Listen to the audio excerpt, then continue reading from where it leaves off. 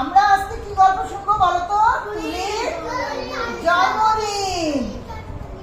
তুলির জন্মদিন মে মাসের 5 তারিখ। মে মাসের কয় তারিখ? হ্যাঁ 5 তারিখ। হ্যাঁ তাই তো। তুলির জন্মদিন, রাতে ঘুমিয়েছিল। পরের দিন সকালবেলা উঠার পরে তুলির বাবা এসে তুলিকে বলল, শুভ জন্মদিন তুলি। উইশ করলো। খুব মজা লাগলো না ওর যখন উইশ করলো?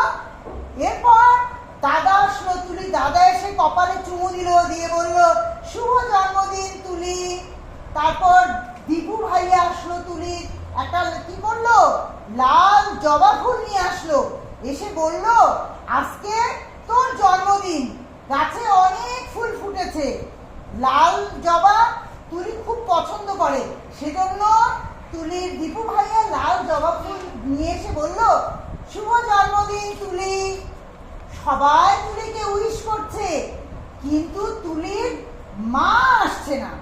তুলির তো খুব মন খারাপ, কেন মা আসছে না? তুলি যখন ধীরে ধীরে চারদিকে দেখলো কোথাও মা নেই। তারপর মার দরজার কাছে গেল, গিয়ে দেখলো মা বিছানায় শুয়ে আছে। তখন তুলির মা তুলিকে ডাকলো, তুলি আমার কাছে আসো, আমার খুব জ্বর। তুলির মার কি জানো, খুবই জ্বর। এজন্য কি করলো, বিছানা থেকে উঠে আসতে পারেনি, এজন্য তুলিকেও বলতে পারে নাই শুভ জন্মদিন তুলি। তখন তুলির মা কি করলো বলো তো, তুলিকে বললো, শুভ জন্মদিন, এখন যাও তোমরা গিয়ে খেলো। তারপরে তুলি বাইরে গেল, উঠানে গেল, গিয়ে ঘুরছে ঘুরছে আর ভাবছে, আজকে তো আমার আম্মুর খুব জ্বর, তাহলে আমাকে কে পোলাও রোস্ট মাংস রান্না করে খাওয়াবে, কে কেক খাওয়াবে? তুলির খুব মন খারাপ হলো, আল্লাহ মা তো অসুস্থ, আমাকে কে খাওয়াবে? তখন কি করলো জানো, তুলির ওই যে ফুপি আসলো, দাদি আসলো, সবাই এসে রান্নাঘরে গিয়ে কি করলো, তুলির জন্য সব কিছু রান্না করলো, পোলাও রোস্ট গরুর মাংস, তুলি যা যা পছন্দ করে।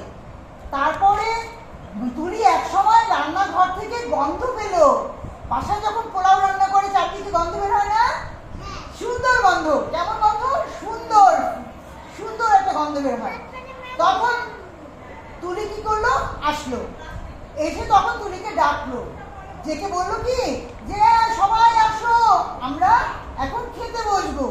তারপর তুলিও ঘরে গেল, গিয়ে দেখলো তুলির বাবা মা দাদা দাদি ফুপি দাদি সবাই ভাই বোন সবাই মিলে কি করলো, বলতো, বসলো। তখন সেখানে সব রকমের খাবার কি হলো বলতো, নিয়ে আসলো। নিয়ে আসার পরে সবাই মিলে তখন কি করলো বলতো, দেখো না, সবাই মিলে কি করলো, খেতে বসলো। পোলাও রোস্ট গরু মাংস কেক, সবাই তুলিকে বললো, তুলি আজকে তো তোমার জন্মদিন, শুভ জন্মদিন তুলি, তুমি অনেক বড় হও। সবাই তুলিকে কি করলো, উইশ করলো। তারপর তুলি